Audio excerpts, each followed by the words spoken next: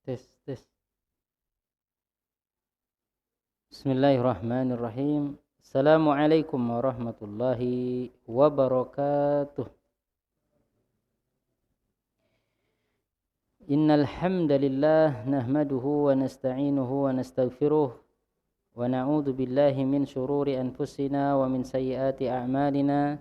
May yahdihillahu fala mudilla lahu wa may yudlil fala hadiyalah.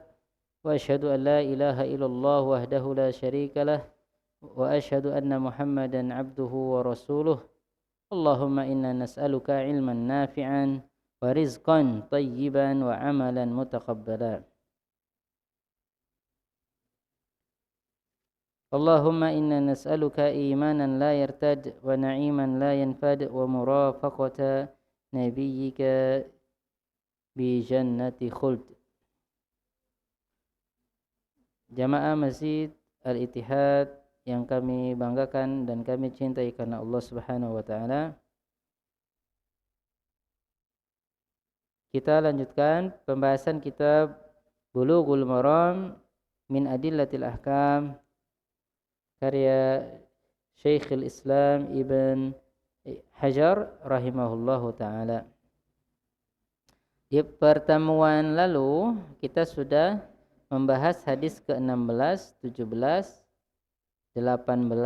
Hadis ke-16 hadis Abdullah bin Abbas. Rasulullah bersabda, idza dubiqal ihab faqad tahura. Ya, kulit yang belum disamak apabila sudah disamak maka dia menjadi suci. Ya, maksudnya di sini jadi ihab itu kulit yang belum disamak. Ihab. Ya, kalau binatang sudah disembelih, sapi, kerbau, binatang yang halal ya dagingnya untuk dimakan, ketika sudah disembelih kulitnya biar nggak disamak karena najis. Nah, tapi yang dimaksud di sini binatang yang kulitnya belum disamak sementara dia mati belum disembelih, seperti kambing ya mati ya karena dia berantem ya tanduk-tandukan sehingga satunya mati ya. Nah, ketika mati kulitnya ketika disamak maka menjadi suci. Jadi tidak najis lagi. Tapi kalau tidak disamak maka najis ya karena dia bangkai, karena dia bangkai. Dalam riwayat yang lain ayyuma ihabin dubig ya indal arba'ah ya maksudnya dalam kitab Sunan Arba'ah Abi Daud, Nasa'i, Tirmidzi, ya Ibnu Majah diterangkan ayyuma ihabin dubig. Ya ayyuma ihabin dubigha faqad tahur. Kulit apapun ya yang belum disamak, kalau disamak maka dia suci.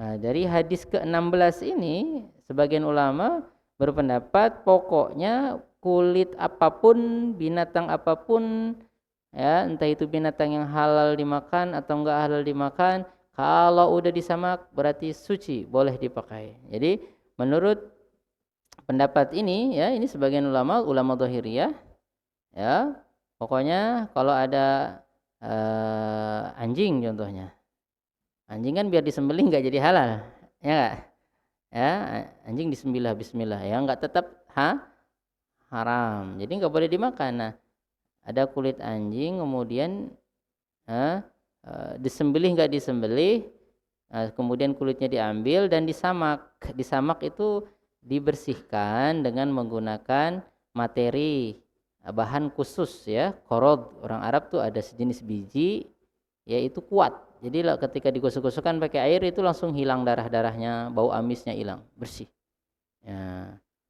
ya. Ya mungkin kalau kita pakai air tuh lambat, harus ada cairan khusus ya, benda khusus biasanya ahli kulit tahu. Nah, jadi babi juga kalau disamak jadi suci menurut pendapat nih, karena hadisnya umum, kulit apapun yang belum disamak kalau disamak suci. Akhirnya apa? Piton, ular piton ya, buaya, bagi apa namanya ulama yang mengatakan buaya halal karena binatang air nggak ada masalah, tapi kan kebanyakan ulama mengatakan haram ya. Jadi nanti kulitnya diambil, disamak, jadi deh jaket kulit buaya mahal. Jadi deh sabuk kulit buaya mahal, sepatu kulit buaya mahal. Ya enggak? Kulit macan. Yang penting udah disamak. Nah, dohir hadis ini kayaknya ke sana. Nah, tapi ada hadis berikutnya. Ya, nanti hadis ke-18. Konteksnya waktu itu Rasulullah Shallallahu Alaihi Wasallam melihat ada kambing mati. Nah, kata Nabi, kenapa nggak dimanfaatin? Lau akhotum ihabaha. Coba diambil kulitnya. Kambing mati nggak disembelih. Ya, kambing mati nggak disembelih. Ya bangkai ya kan? Kata Nabi daripada dikubur gitu aja. Lau akhotum ihabaha. Coba diambil kulitnya, kemudian disamak. Kemudian Nabi mengatakan yutohiruhal ma wal qarad. Ya, kalau dia dua disamak ya dengan air dan korod itu biji ya digunakan untuk menghilangkan darah atau sesuatu yang menempel pada kulit tersebut sehingga jadi nggak berbau, nggak licin-licin ya. Itu jadi suci.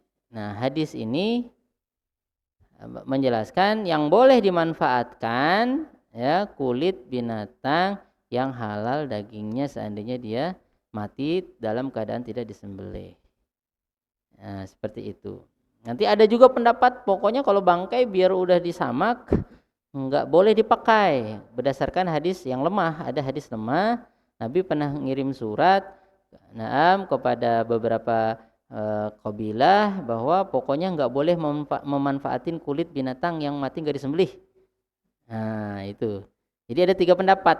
Yang pertama kulit apapun, kulit harimau, kulit babi, kulit ular piton, ular kadut, ya, apalagi apa aja halal atau haram, pokoknya kalau udah disamak udah bersih, mau dibuat sepatu, mau dibuat baju, boleh dijual belikan. Jadi enak nih pendapat ini. Jadi yang pelihara ular piton kayaknya pakai pendapat ini. Ini ulama zahiri ya berpendapat seperti ini. Pendapat kedua, yang boleh dimanfaatkan setelah disamak adalah kulit binatang ya yang mati tidak disembelih atau bangkai yang halal kalau seandainya dia bisa disembelih. Ya, kambing, sapi, kerbau, kijang, itu kan bisa disembelih atau halal dagingnya. Kalau ular piton biar disembelih tetap aja tidak boleh dimakan. Macan biar disembelih tetap aja nggak boleh dimakan. Guguk biar disembelih, aik ya tetap aja nggak boleh dimanfaatkan kulitnya menurut pendapat ini, dan pendapat ini lebih kuat. Pendapat ini yang lebih kuat dan kita kuatkan pendapat ini ya. Kenapa? Karena ada hadis yang menjelaskan konteksnya binatang yang halal kalau seandainya mati disembelih, itu kambing. Nah, nanti yang sejenis kambing yang halal. Seperti itu. Ya, jadi ada 3 pendapat. Terus nanti mereka kan Rasul di dalam hadis 16, 17 umum kulit apapun ayyuma ihab. Kan kalau umum berarti semua kulit binatang. Nah, dalam bahasa Arab memang ada umum tapi sebetulnya tetap dia punya makna khusus. Ya contoh, Nabi pernah ngomong gini.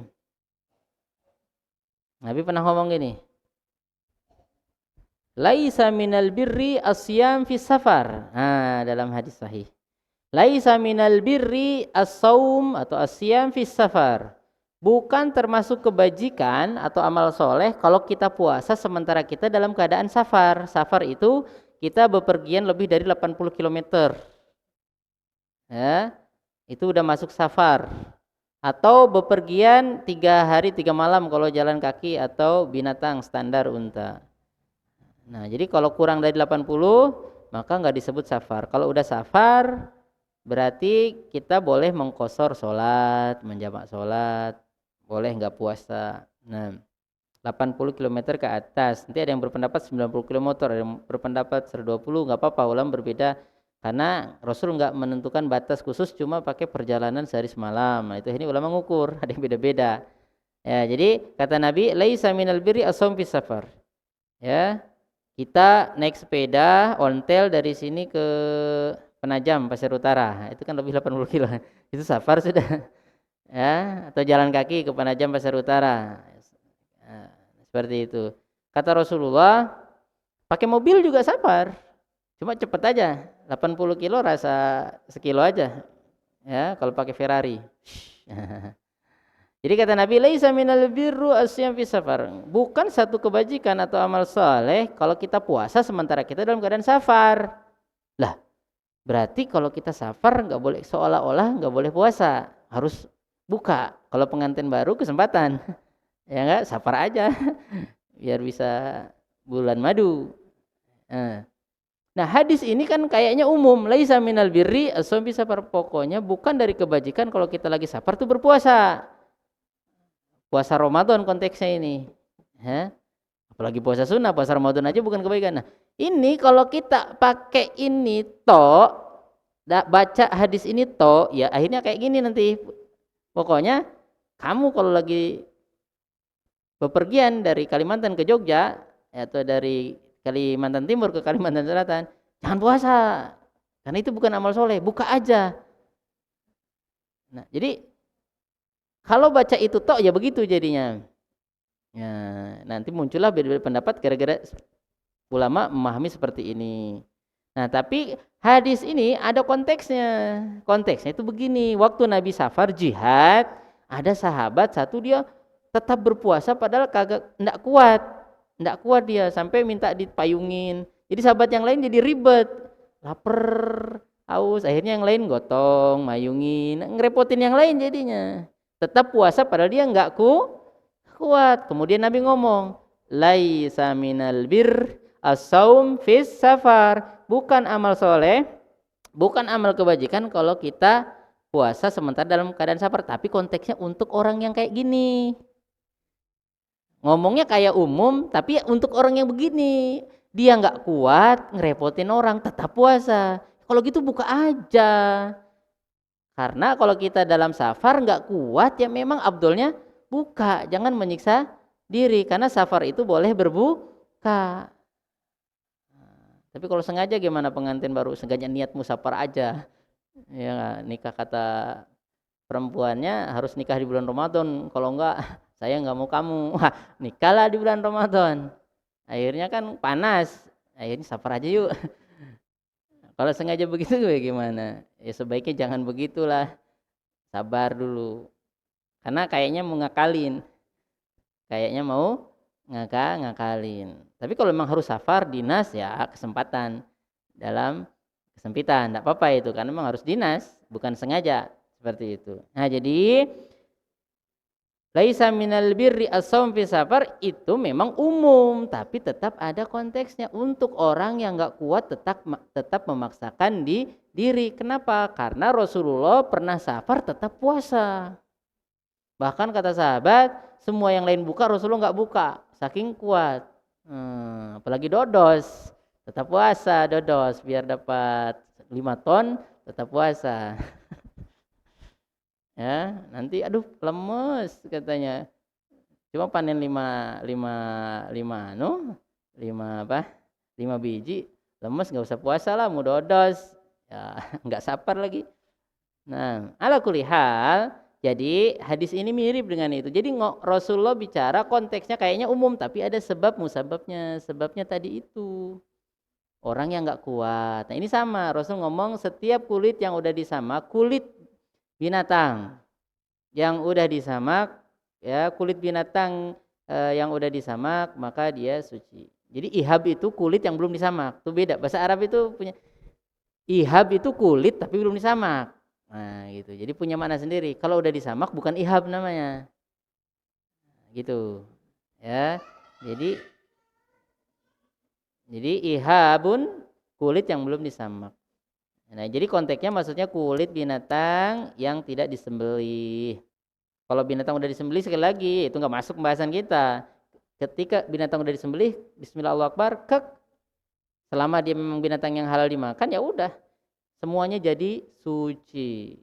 Nah, darahnya yang sisanya itu sudah itu di badannya itu nggak najis, kulitnya nggak najis, walaupun nggak disamak karena udah dibeleh. Bismillah. Nah, itu. Nah, kita ulangi murojaah. Biasanya kalau diulangi 2 kali aja nempel terus biasanya. Tapi kalau baru sekali hilang biasanya. Nah, dulu kalau waktu kecil Pak Kuswari pernah pesan, udah meninggal rahimahullah. Jadi kalau mau pelajaran paling nempel tuh baca sebelum habis belajar tadi, baca sebelum tidur. Tuh nempel walaupun sebentar dan itu betul. Gak usah lama, dibuka lagi aja dilihat tadi belajar apa. Nah, itu tahannya lama. Nah, kita coba. Tapi memang paling males kalau mau tidur itu. Inginnya langsung tidur. Paling ya justru buka-buka HP. Tapi kalau ngulangi pelajaran yang dipelajarin tadi, entah itu matematika, entah itu bahasa Arab, itu nempelnya luar biasa. Selamat mencoba. Nah, tapi berat, inginnya langsung tidur. Nah, itu. Jadi merefresh ya. Nah ini faedah di sini juga eh, bahwa segala sesuatu yang menghilangkan benda-benda yang najis itu walaupun bukan air maka itu boleh. Contohnya seperti laundry, kering, cuci kering, tuh cuci kering pakai asap, pakai apa gitu. Dipanasin akhirnya bau pesingnya hilang. Nah, contohnya kasurnya kena pipis, jemur sampai kering. Tapi kalau masih bau, masih lembab ya tetap najis sampai hilang. Nah, sampai hilang baunya, aromanya. Walaupun nggak dengan air boleh. Yang penting najisnya hilang. Nah ini.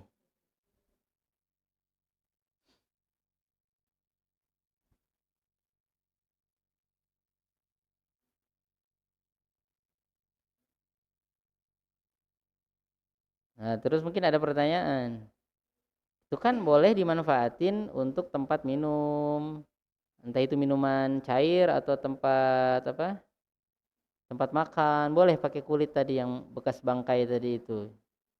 Tapi pertanyaannya, kemarin kan kita jelasin, boleh nggak kalau kita makan kulitnya? Bangkai kambing atau sapi, sapi mati, gede sapinya, sapi limosin. Nah, yang gede itu tiba-tiba apa? Kena virus, tek tek tek tek tek, mati. Gimana ini? Dagingnya nggak boleh, ya nggak? Yang boleh apa ya? Kulit, kulitnya, lumayan kan? Nah, tapi pas kulitnya selesai disamak, boleh nggak kita jadiin rambak? Rambak itu kulit sapi yang dijual. Nah, di Jawa banyak. Eh, di bis-bis itu pasti ada jualan rambak, rambak, rambak. Nah, boleh nggak kalau seandainya kulitnya dimakan, bukan untuk tempat minum, tempat. Jawabannya nggak boleh, bolehnya untuk dipakai tapi bukan untuk dimakan. Nah, baik, jadi bukan untuk dimakan.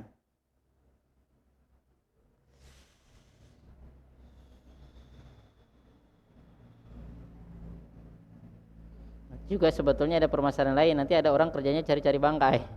Kambing-kambing mati yang kena virus kan banyak. Sapi kena virus kan banyak waktu di Jawa kemarin. Mati tiba-tiba. Ambilin kulitnya terus dijadiin tempat apa? Dijual. Gimana hukumnya untuk dijual? Nah,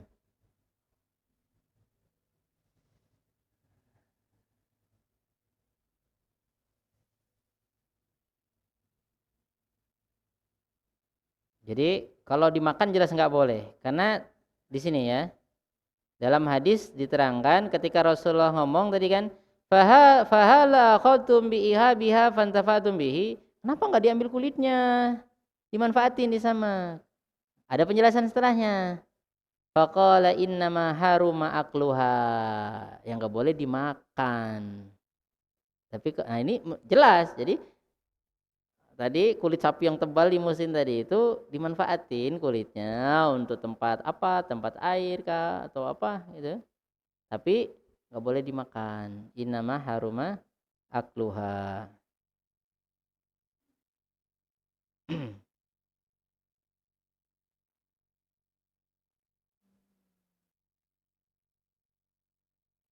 Sip.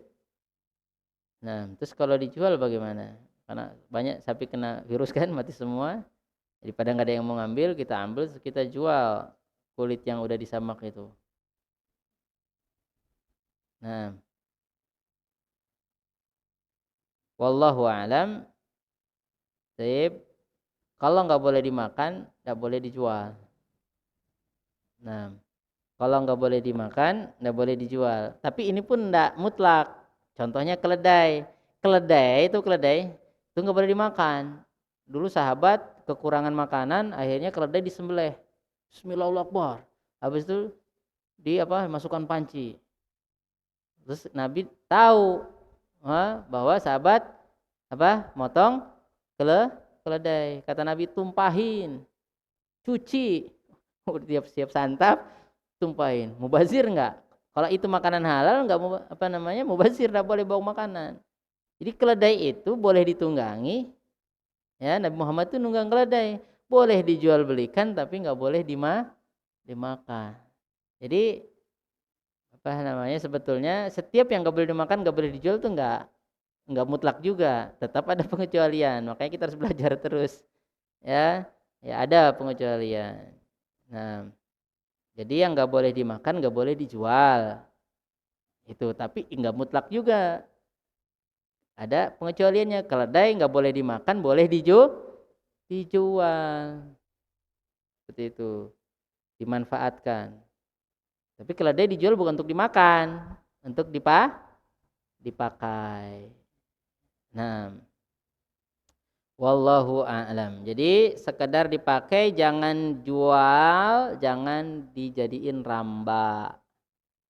Atau kikil kulit kering. Ya, kikil, dikikil. Nah, jadi itu tentang kulit. Kenapa dibahas di kitab Toharoh? Karena sudah kita jelaskan, orang-orang Arab itu zaman dahulu kala tempat minumnya, tempat makannya, tempat ngambil airnya, tempat naruh susu, tempat naruh madu, tempat naruh keju dari kulit binatang. Kalau kita kan jarang ya, ya enggak? Kita kalau zaman dulu dari apa ya? Kalau untuk naruh-naruh gitu, dari plastik belum ada. Pakai pakai labu yang untuk di sayur itu loh, korok. Nah, itu kan dilubangin. Kalau zaman dulu kan minum di situ kan, naruh di situ, tuak pun taruh di situ. Sama orang Arab juga pakai labu yang panjang itu, bukan labu yang manis itu, yang untuk di sayur itu, korok. Nah, itu kalau dibuang isinya, dijemur kan keras itu. Nah, itu untuk tempat minum. Kendi. Kalau berarti lebih terampil orang Arab ya.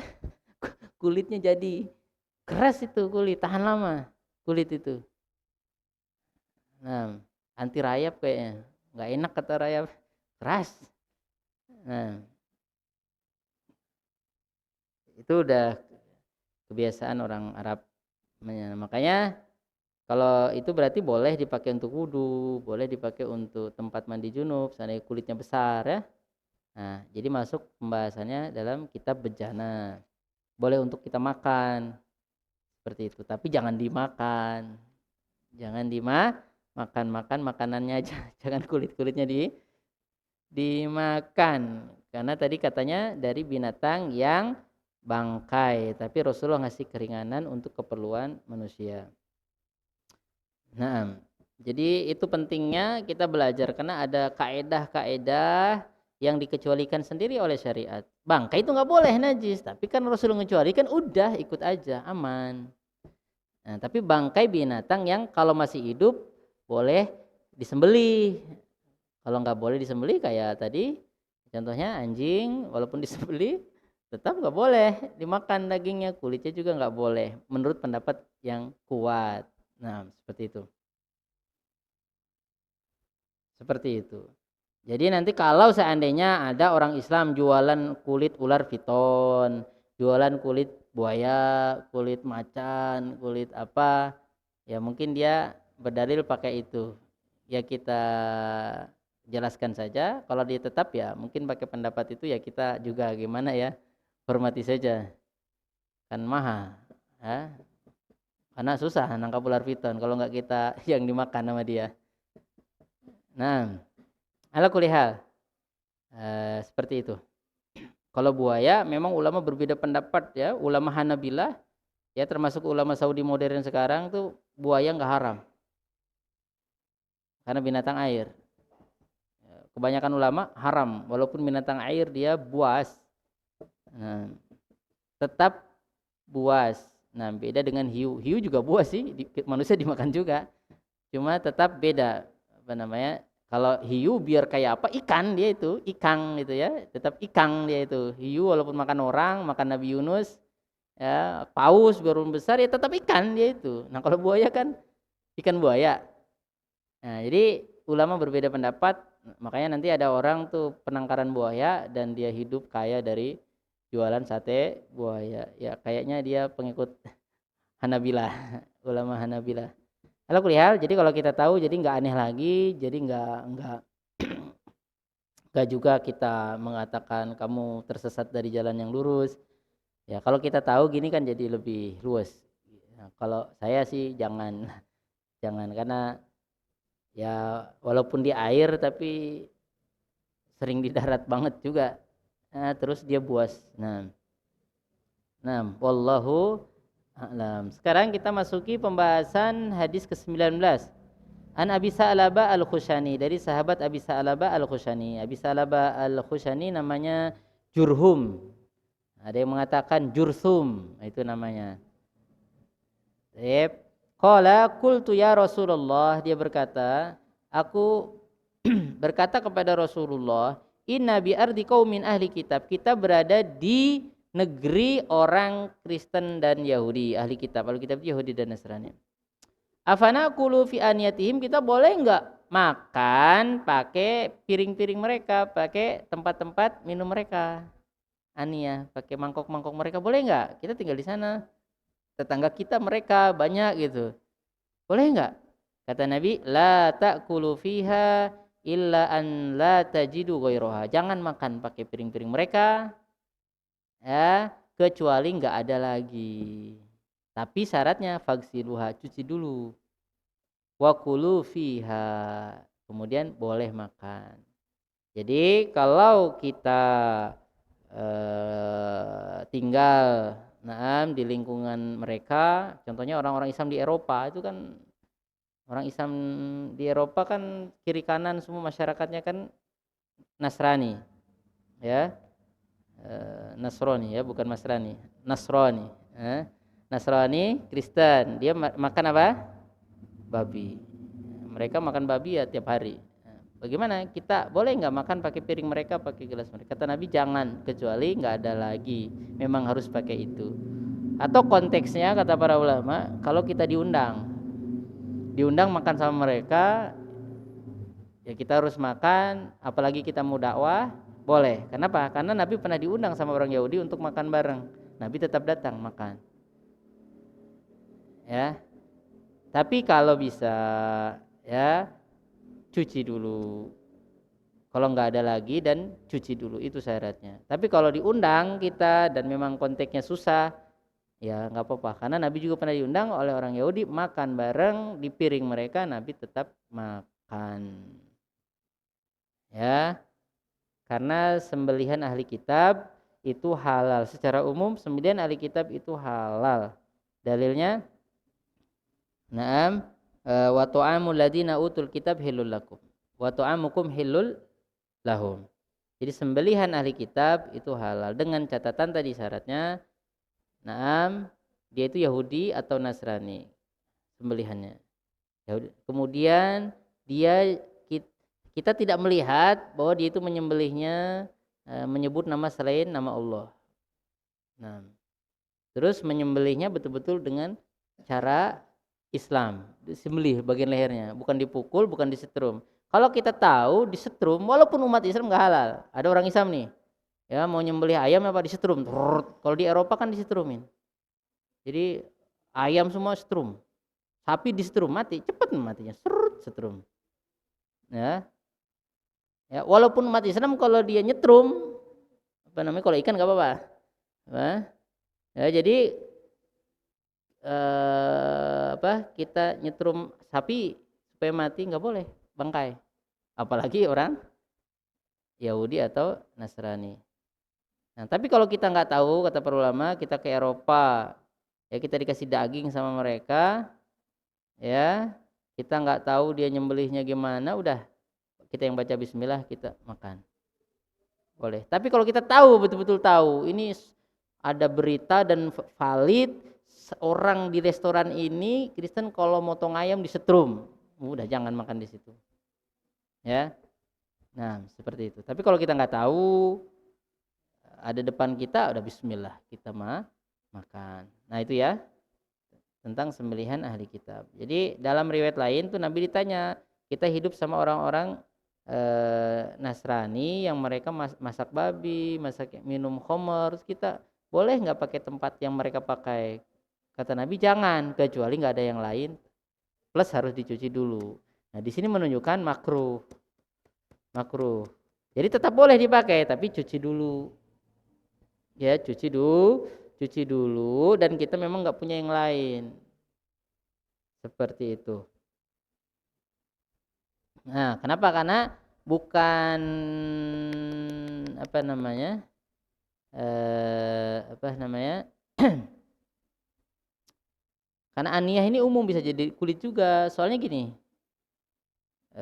ya bisa juga nanti mereka gini ya, kulit yang mereka katakanlah mereka punya tempat untuk naruh madu, naruh susu itu dari kulit. Nah, mereka waktu nyembelihnya baca bismillah atau enggak, atau mereka samak atau enggak, ya kita enggak tahu seperti itu.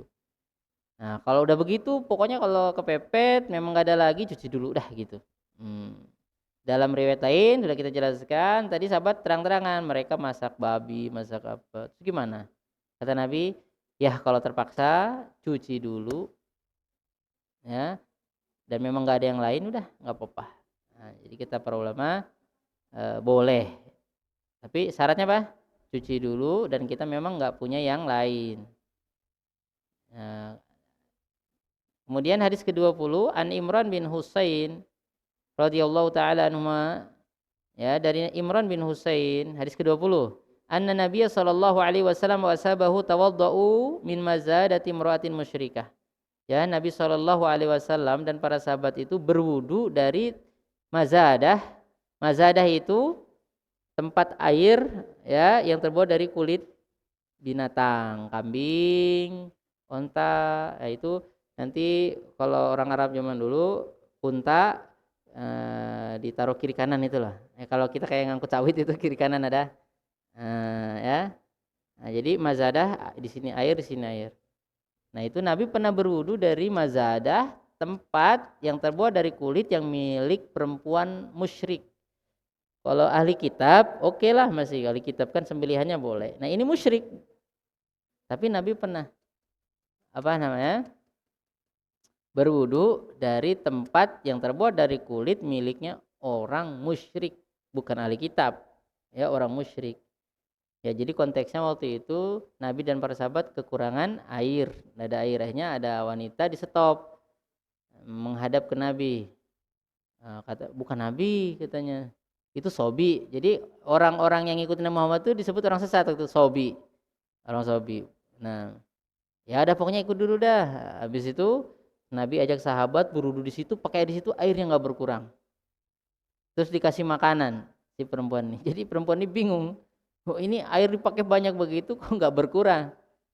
Nah, karena sahabat banyak di situ pakai. Nah, habis itu pulang ke kaumnya, aku datang dari orang kalau nggak tukang sihir ulung, ya Nabi beneran. Dia gitu. Kalau nggak tukang sihir beneran, kalau nggak apa namanya, tuh pokoknya asharin nas, manusia tukang sulap mantap.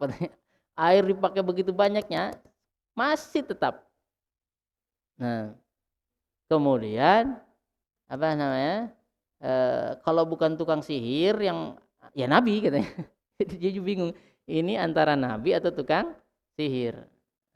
Nah, tapi nanti kaumnya masuk Islam. Ya, jadi itu mukjizat namanya, ya, mukjizat. Nah, mukjizat. Nah, bukan trik, bukan trik. Nah, kalau trik beda lagi.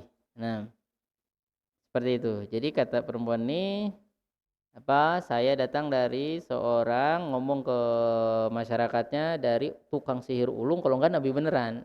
Nah, tapi lama-lama kaumnya masuk Islam, alhamdulillah. Nah, jadi di sini kulit, ya, yang penting udah disamak, ya, udah kering, nggak ada baunya, ya kayaknya udah disamak, walaupun milik orang musyrik boleh dimanfaatin untuk berwudu. Berarti nggak najis, kulit itu nggak najis, karena orang musyrik itu sembelihannya nggak boleh. Orang musyrik itu selain Yahudi dan Nasrani. Sebetulnya orang Yahudi Nasrani juga musyrik. Tapi karena dia punya hukum khusus, Allah bolehkan kita makan binatang sembelihannya, ya.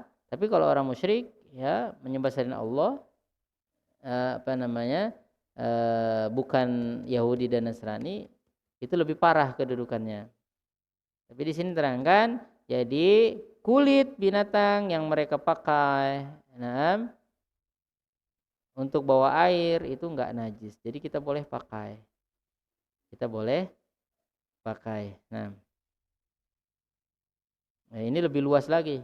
Ahli kitab boleh, musyrik lebih parah lagi. Ya, tapi boleh juga seperti itu. Nah, kenapa dibahas di sini? Ya, ini jelas berhubungan langsung dengan wudu. Jadi boleh wudu pakai kulit, ya, dari binatang yang udah disamak, dohirnya udah disamak, walaupun mereka bukan orang Islam, entah itu Yahudi atau Nasrani atau orang musyrik. Nah, kemudian hadis ke 21. Wa an Anas bin Malik radhiyallahu anhu, dari Anas bin Malik radhiyallahu anhu, anna qadhan Nabi sallallahu alaihi wasallam inkasara. Dari Anas bin Malik bahwasanya tempat minumnya Nabi itu retak atau pecah, ya. Qadah itu tempat minum. Nah, terbuat dari kayu, yang di sini terbuat dari kayu. Fattakhadha makana syabi silsilatan min fiddah. Kemudian direkatkan rantai dari perak. Jadi tempat retaknya itu ada 3 tempat dalam riwayat lain, itu ditembel pakai rantai. Pokoknya bagian bolong itu ditaruhin perak. Nah, rantai perak. Nah, itu tetap disimpan oleh Anas bin Malik.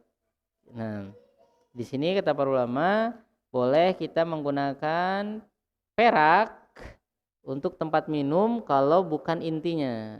Jadi kita punya gelas pecah atau retak, bolong, atau punya kendi bolong, kita minum dari situ.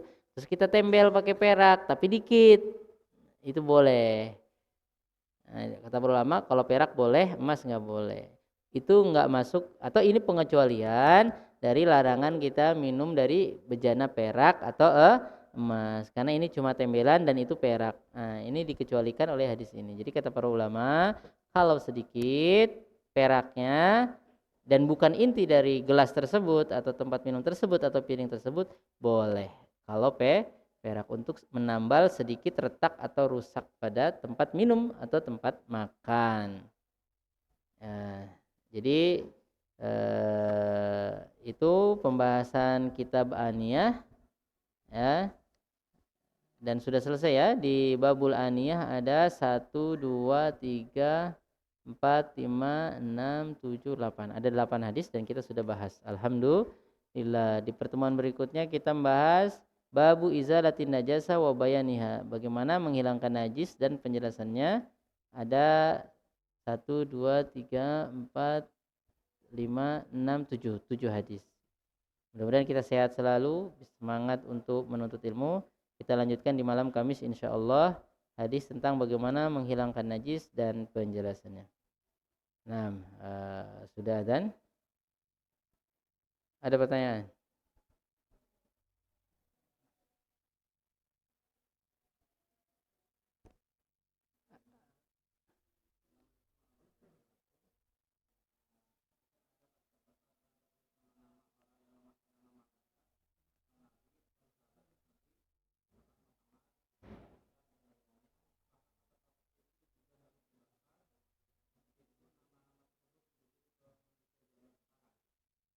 Adzan dulu. Setelah yang satu ini, azan dulu. Nanti habis azan kita jawab pertanyaannya. Habis itu kita siap-siap sholat isya.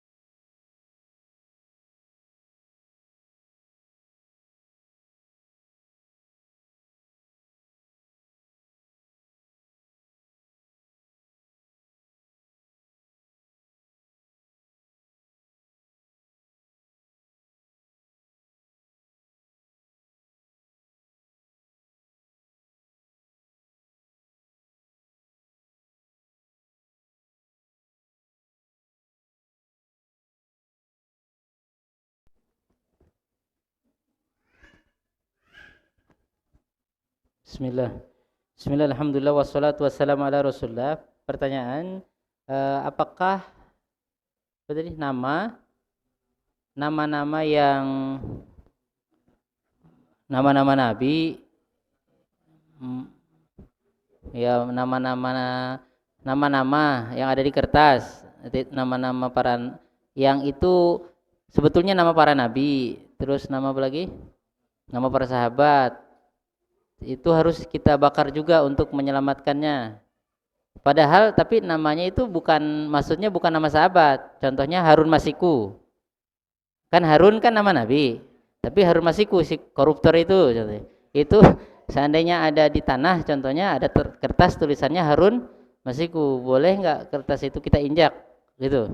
Atau kita ini kalau mushaf, jadi mushaf kalau udah nggak kepake, nggak bisa diperbaikin, dibakar untuk menyelamatkannya. Kalau bisa diperbaiki, ditaruh, disimpan. Jadi boleh. Karena apa? Dulu Utsman bin Affan membakar mushaf yang tidak sesuai dengan bacaan yang benar. Nah, supaya nggak salah paham, jadi bacaan yang mutawatir, ya bacaan yang mutawatir itu yang dipakai. Mushaf-mushaf yang lain yang ada tulisannya Quran itu diambil, dikumpulkan, dibakar. Gitu. Tapi sama orang Syiah, sama orang Orientalis dibilang Utsman bin Affan itu mengoreksi Al-Quran yang nggak sesuai dengan keinginan dia, dibakarin. Padahal bukan begitu. Jadi Quran yang itu bacaan penafsirannya atau salah, ya atau kurang tepat, itu dibakar. Atau yang memang itu dibolehkan, cuma ingin kaum muslimin itu sepakat di atas bacaan yang udah disepakati oleh para sahabat, ya walaupun nanti tetap beda, kayak tulisannya aja kan beda, ya nanti suaranya beda, ya ada yang baca ihdinasi pakai sin, ihdinas siroto, ada yang zai ziroto, ada yang pakai so, itu tapi itu betul bacaan itu. Nah, nanti ada yang bacaan yang betul-betul keliru, ya salah. Nah, tapi secara umum mushaf yang lain dibakar. Nah, jadi membakar mushaf kalau itu niatnya untuk menyelamatkan supaya enggak dihinakan, ya kehujanan atau dibak sampah, boleh. Itu. Nah, tapi ya termasuk hal-hal yang mulia lagi, nama ya. Nah, contohnya ada Nabi Muhammad, hadis Nabi. Ya kalau kita nggak bisa menyelamatkan dia, kita selamatkan. Ditaruh nggak bisa atau apa, udah dibakar aja nggak apa-apa, jangan sampai diinjak-injak, ya pokoknya selama ada lafadz yang mulia, lafadz Allah, contohnya Abdullah, ada lafadz Allahnya itu sebenarnya nggak boleh ditaruh di bawah. Nah makanya kalau di Arab Saudi itu di sekolah-sekolah itu ada kertas khusus untuk aurok muhtaromah, saking perhatiannya Arab Saudi. Ya, jadi ada aurok muhtaromah, ini bak sampah tapi khusus untuk kertas-kertas yang di situ ada tulisan Allahnya, ada hadisnya, itu taruh di situ sendiri. Supaya nanti perlakuannya beda. Kalau kita kan apa aja penting untuk jualan kacang, ya enggak? Bungkus kacang kan, buku agama, buku sucian diambil seret untuk jualan kacang atau bungkus lombok. Beli itu kertas. Nah, jadi sebetulnya walaupun itu nama orang, maksudnya bukan nama Nabi, kalau bisa jangan dihinakan. Tapi seandainya itu untuk keperluan, ya ini lagi emosi karena Harun Masiku korupsi, kita injak, kita pukul Harun Masiku makan uang rakyat, bukan niat kita menghina Nabi Harun, ya. Nah, ya seperti gini, Israel jahat. Israel itu nama Nabi. Israel jahat, laknat Allah kepada Israel. Kalau maksudnya melaknat Nabi Yakub itu nama lain Israel. Israel itu Israel, il itu Allah, Israel itu hamba. Jadi hamba Allah. Nabi Yakub. Gelar lain dari Nabi Yakub itu Israel. Kalau kita maksudnya laknat Allah kepada Israel, kita maksudnya Nabi Yakub, ya dosa kita, tidak boleh. Tapi kalau dimaksudnya orang-orang Israel yang jahat itu, nggak apa-apa. Kayak ada orang namanya Muhammad, tapi kerjanya nyolong sawit, ya. Terus dia bohong terus. Ya mudah-mudahan Allah melaknat kamu Muhammad. Ya tapi Muhammad ini bukan Nabi Muhammad, tuh nggak apa-apa. Tergantung konteksnya. Nggak boleh, itu kan nama Muhammad. Ya bukan, ini orang nama Muhammad, orang namanya Muhammad cuma nyolong, suka nyolong. Ya kita ketika marah, ketika menghina dia, bukan menghina apa? Bersikap keras kepada dia, ya karena orang ini, bukan karena Nabi Muhammad itu. Seperti itu, ya. Jadi tetap juga harus apa namanya? Kita lihat konteksnya. Seperti itu. Nah, jadi secara asal apa namanya, kalau kertas-kertas itu ada nama para nabi ya kita selamatkan. Tapi kalau itu sebetulnya bukan maksudnya nabi, ya sebetulnya nggak apa-apa. Namanya Harun Masiku tadi itu namanya Yosef. Yosef itu kan Yusuf. Nama nabi juga Yusuf.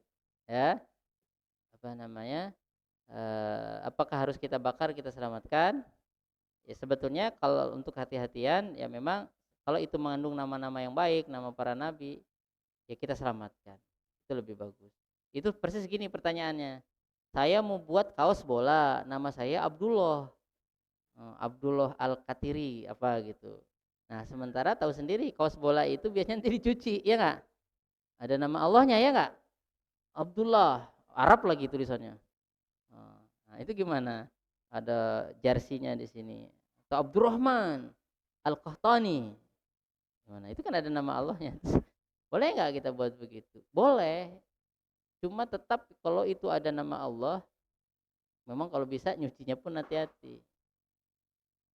Ya, makanya bendera Arab Saudi kalau masuk Piala Dunia itu ngeri-ngeri sedap. Nggak tahu Arab Saudi mungkin sudah ngomong, jangan dimasukkan ke bola. Oh, ditendang-tendang. La ilaha illallah. Ada nggak di bolanya itu? Kalau yang untuk coba nanti nonton bola kembali waktu Arab Saudi mengalahkan Argentina 2-0 itu di bolanya apa enggak. Nah, jadi terkadang hal tersebut terlewat. Nah, ya contohnya orang Arab Saudi lagi senang bendera la ilallah dianukan ke badan gini terus dia duduki. Nah, itu sebetulnya nggak boleh karena adalah ilaha illallah. Atau perempuan seksi yang liberal gitu pakai bendera la ilaha illallah atau bendera Irak Allah Akbar tapi didudukin atau diselimutkan gini, nggak boleh karena ada la ilaha illallah atau Allahu Akbar ya. Seperti itu. Jadi kalau bisa tetap diselamatkan. Nah, seperti itu. Walaupun kalau itu bukan maksudnya ke nabi, ya sebetulnya nggak mesti karena bukan nabi, kecuali Nabi Muhammad bersabda itu maksudnya Nabi Muhammad. Tapi kalau Muhammad Harun Masiku, ya itu beda lagi orangnya. Nah, seperti itu. Tapi kalau bisa ya dibakar saja. Nah, karena ada nama yang bagus. Pertanyaannya termasuk Masya Allah, memang patut ditanyakan. Nah, jadi kalau bisa nggak apa-apa dibakar, diselamatkan. Nah, seperti itu. Karena ada nama nabi atau nama malaikat, seperti itu. Tapi kalau jimat itu nggak apa-apa dimusnahkan. Nanti soalnya jimat itu yang sering jualan jimat itu ada tulisan malaikat, ada nama Abu Bakar, Umar, terus nanti ada rajah-rajahnya, tulisan nggak bisa, ada rumus-rumusnya ro plus ya berapa itu ada rumusnya. Nah itu ada Allahnya, ada disambung itu ayat Quran, di situ ada jin, nama-nama jin, dicampur adukan antara yang hak dan yang batil itu boleh dibakar dan harus dibakar justru karena dia mencampur adukan antara yang hak dengan yang batil. Di situ nama Allah juga nama-nama jin nanti ditaruh sebagai azimat. Nah itu dimusnahkan. Nah, demikian barakallahu fikum, subhanakallahumma bihamdika asyhadu an la ilaha illa anta astaghfiruka wa atubu ilaika. Wassalamualaikum warahmatullahi wabarakatuh.